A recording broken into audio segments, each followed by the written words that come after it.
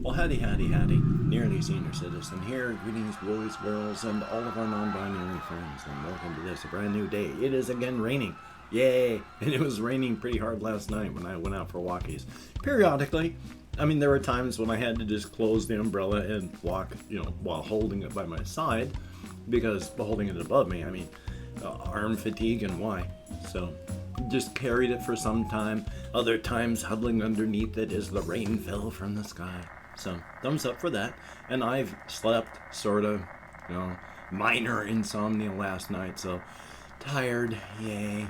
Therapy today too. So, it's going to be a busy day. Got a lot of stuff I got to get done, but yay, It's okay. We all have things to do. And that's a good thing. You need to stay busy. And that is a very good thing. And of course, to front load the video, if you could interact with the YouTube algorithms and hit the like button if you like what you hear and see, that would be very cool, greatly appreciated. Also, if you could interact with the YouTube algorithms by subscribing to the channel, if you haven't, if you have, don't unsubscribe and then resubscribe. No real point to that, but, yay.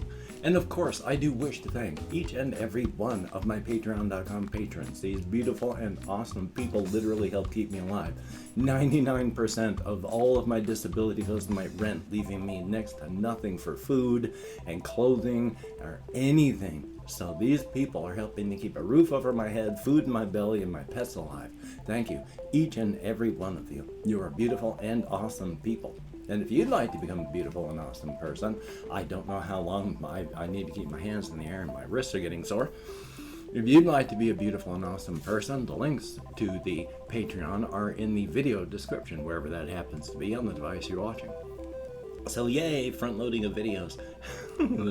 I have not a ton of things that I want to talk about. Most of them dealing with just trying to be creative because I didn't get a ton done yesterday. Some minor league near falling asleep for a while, and then it was late afternoon before I finally got any recording done. And then I recorded for an hour on a game video, so I've got 3 videos to get out of that one for the full thing. Thumbs up. And I need to be in the right mood to be able to record reaction videos because I can't force myself to like something, and if I'm not in a mood where I'm going to like things, I would have to fake it, and I can't fake it. How I feel inside shows on my outside, and if I'm not having fun, you know it. So there was no time yesterday I felt in the right mood to be able to record. Yay. So no reaction uploaded yesterday. I'm hoping to get some today. But again, I have therapy, so here's hoping that everything works out. Yay! Past that, still trying to do my best to be creative. I have a ton of stuff that I've been working on with the inside and outside, just on stuff that I've been trying to get together to make it work. As a real quick aside, I had watched a video about the movie Coraline and how this person had watched another very famous, very good author who he gives classes on how to write things like magic systems for your fantasy series. And there's hard magic versus soft magic. Hard magic has rules. There are rules. It has internal consistent sense. It's like physics, except it's a magic system. And then there's the soft magic, where there's no direct rules on how the stuff gets used. It's more mood, power, things happen. There are a few rules, but on the whole, it's more just of an oppressive thing that's there. It can be a happy, friendly thing, but it's not something you're really able to control all that well. Now, when I talk about magic, and I've talked about magic in the bone-hurting juice world, it's not really magic.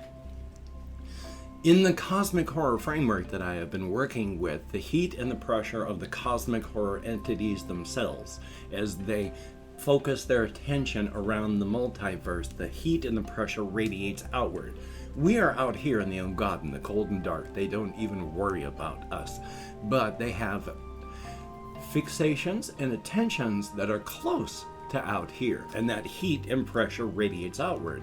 And the mourning and fear of this infinite city that overlays the entire multiverse, because of the cosmic horrors, it is also radiating its pain, horror, and such over the entirety of the multiverse. This pressure and heat sort of melts all of reality just a little bit, just enough so that cracks appear, and then extra universal energies can flow in. That's because with all that, extra universal energies can flow out of their universe, slide around, and then into other places. And they have very, very unusual results. It's science.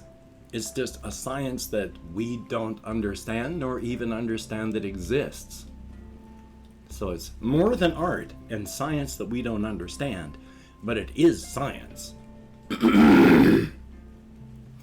But on that whole thing, I've been dealing with a lot of stuff and a lot of things that deal with this inside and outside and the razor's edge. Because I've mentioned before that this is kind of going into a big existential part of what the inside is and what the whole inner universe is. I've mentioned before how there's doors into,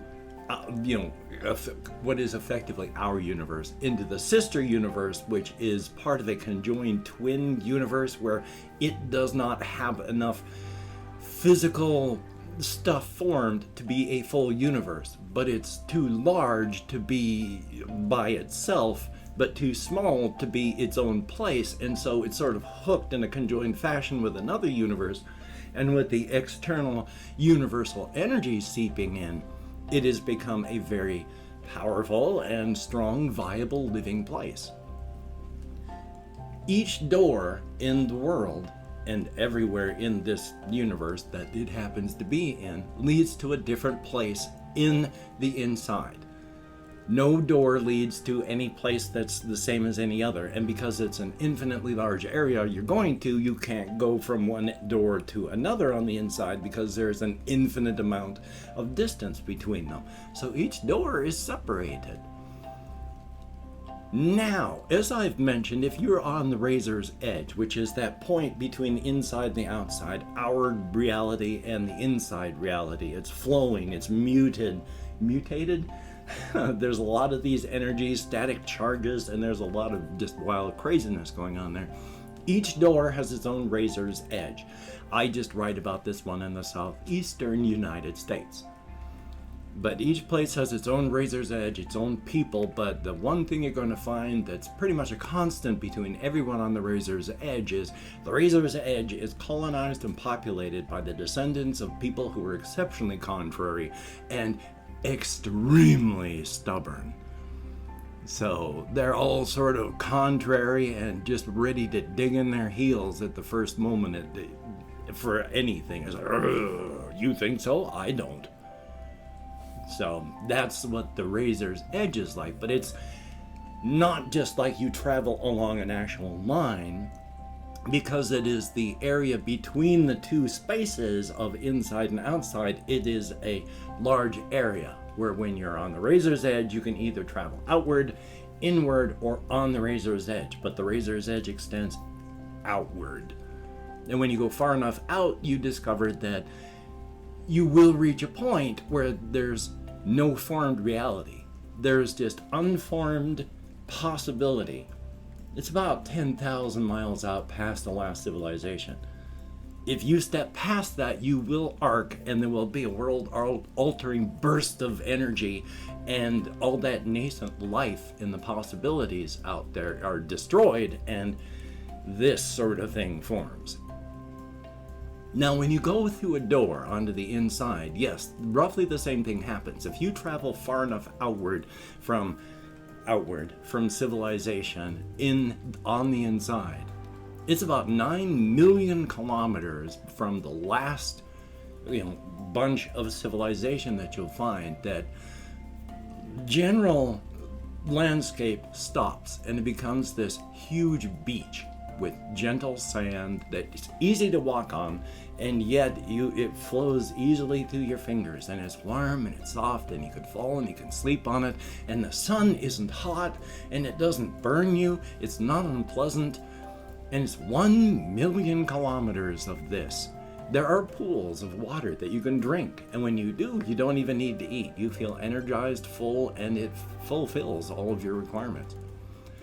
After you go 1 million kilometers outward, you find a vast, infinite ocean. This is what is on the inside, this vast, infinite ocean of possibility, calm, deep, and just unmoving. It's too huge, it's infinite. There's life in it. It is nothing but possibility. It is a huge ocean of possibility, and there is life in it that we don't understand. Life in a universe of just possibility. Now, if you walk into that water, that ocean, you're not going to arc and force it to become something. It's too big. You will simply dissipate, and through diffusion and osmosis, your simple, small physical form and your simple, small brain will dissipate throughout the full, infinite size of this possibility. You will become one. You will no longer be who you are.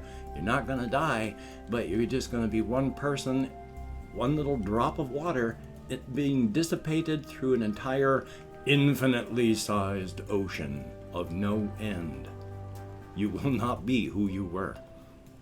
This is what the actual inside is. It's just forced to become something else around doorways and such like that. So most of the inside is just that. But a fair amount of it, of course, around the doorways, around the razor's edge, it's formed into this stuff. So yay on that, but I wanted to talk about that. And also, of course, I mentioned all of life is resource competition. And we forget as human beings that out in the world, resource competition is brutal and deadly. Take a look. If you have a spider in your room, it's because it is trying to hunt and kill and eat other bugs to get their resources so it can live. Out in just the wild with animals, they kill and eat each other because it's resource management. Plants look happy and friendly. They are engaged in constant warfare with each other. Resource competition. We forget that because we've tamed here. On the razor's edge especially, but on the inside as well. On the inside, it's not so much a state of constant frontier. But on the razor's edge, with all of those powers that are just busting up against each other, the inside, the outside, there are a lot of energies being released, and that affects a lot of beings, a lot of creatures, a lot of species, and resource competition is still fierce.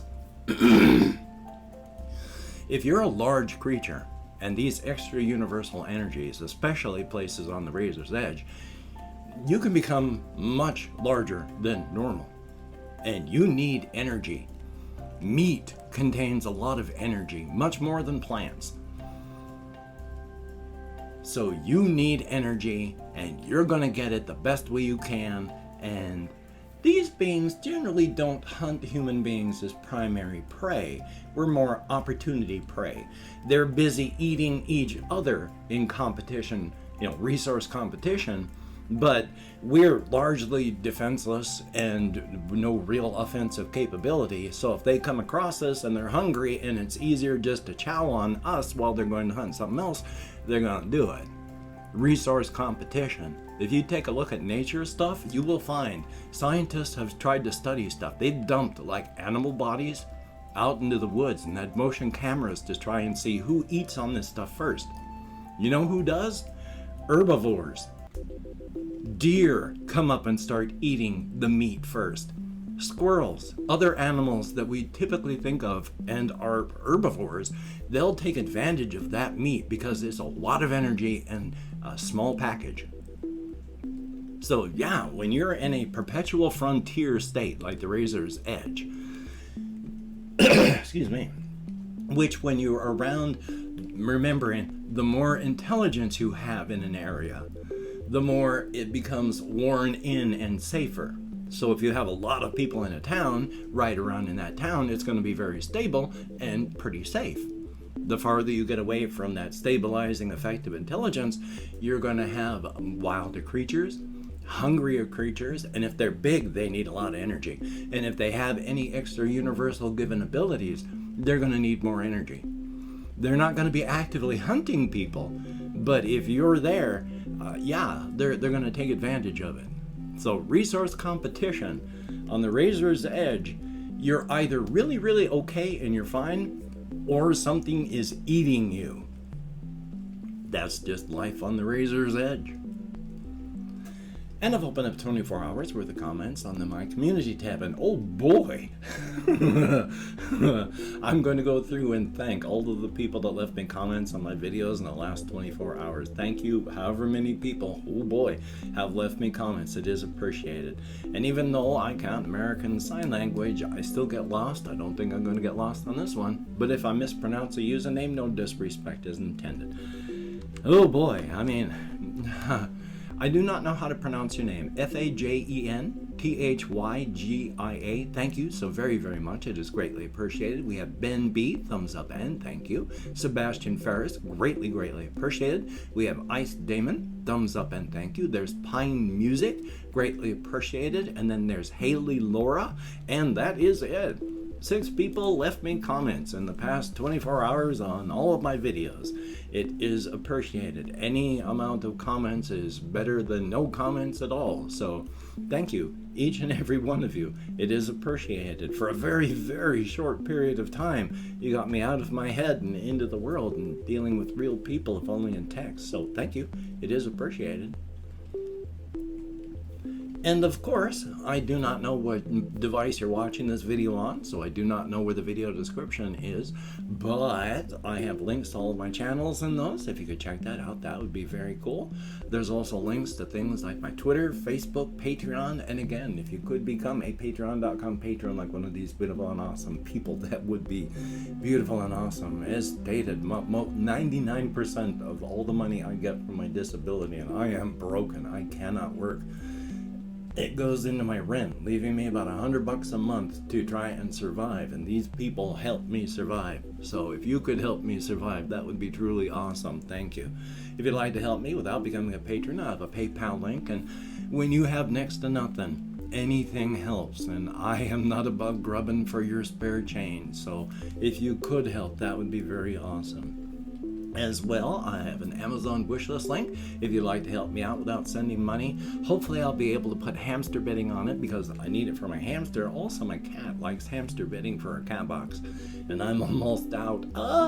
I've got cat food and hopefully going to have some other things on it, so if you could check it out, that'd be very cool. Of course, do not feel obligated. I do not feel entitled, and if you cannot or you simply do not donate, I do take all good wishes and I deposit them on the bank of my heart where I draw interest, so thank you very much. And if you could toss me a like, I do appreciate all the positive validation I get from my existence. Definite thumbs up, and of course, if you could hit the notification bell on the subscription button, that would be very cool. Definite thumbs up, thank you. Woofda. Well, as stated, I do have therapy today, so I got stuff I gotta get done.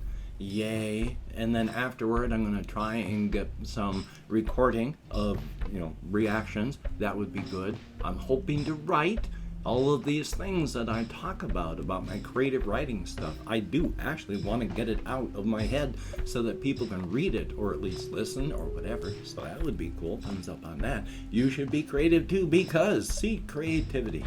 Keep your brain lubed up. It is a literal use it or lose it situation. Stave off dementia. Stay creative. Also, seek positivity. I was a negative person for far too many years. It only hurts you and those around you. And of course, seek balance. Bouncing off the walls from one extreme to the other is very, very unhealthy. Stay in an even keel. It is much more boring, admit it, but it is also much, much healthier. So with the Covfefe bug still raging, if you don't have to go out amongst others, please don't. If you do, wear a mask, maintain your social distancing, wash your hands, try not to touch your face, Get a vax if you haven't. Hokey smokes. Get a booster if it's available. We got to get through this. There have been millions dead from this around the world, and we are approaching 1 million dead in the United States. Please be smart and safe. So, until we meet again, you take care. Have a great day today. I will see you on the flip side, and that is, quite frankly, a very good thing.